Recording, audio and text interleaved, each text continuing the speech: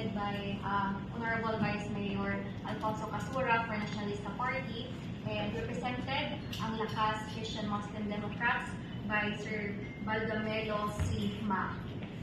So we are here para sa Memorandum of Agreement for the transfer of 2 voting centers, first sa Candanipa and second sa Barangay Luna. Sa Candanipa, ang first niya na voting center was in the municipal multi-purpose building, which is as per our ocular inspection, dilapidated ang CR, o wala siya classrooms yun, which endangers the safety of our machines, if ever, and then logistical concerns po. And then for Barangay Luna, the justification for the transfer of voting center of 2 precincts is because of the congestion in the Margarita Memorial Central Elementary School. And as far as I know, since I've been sitting as the election officer of Surigao City, first time, guys, na magka-MOA signing ang 2 political parties. As far as I know. For the transfer. For the transfer. Pero before ba, nagka-MOA signing na ka? For the transfer, wala. Wala. So, this is a monumental downpack. First time mag-MOA signing ng both political parties for the transfer, which is needed yun for our barangay and SK elections. And further, ang mga future nato ng mga elections. So, na tayo i-prepare na 2 memorandum of agreements. First, kaning sa transfer of voting center from multipurpose building of Candanipa to Taft National High School in Barangay Taft, Surigao City. Barangay Taft, Surigao City.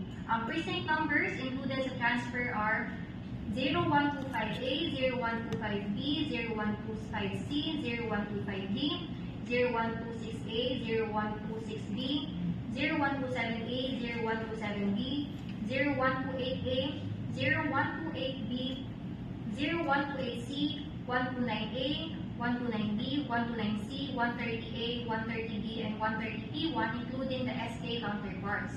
And another MOA for the transfer of precincts from the Margarita Memorial Central Elementary School to City Mall.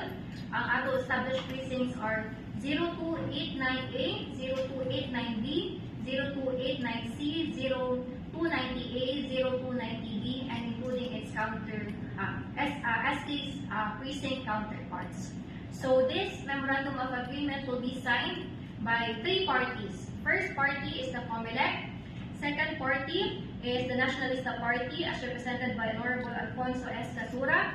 And the third party is the Lakas Christian Muslim Democrats, as represented by Sir Baldomero C. Ma. Both MOAs will be signed by both representatives, and we will find witnesses.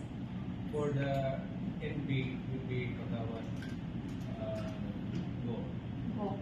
And for Lakas. Witness naman. So we both have witnesses from both political parties. So I guess we can now sign the agreement. Para 5 copies ang ato ng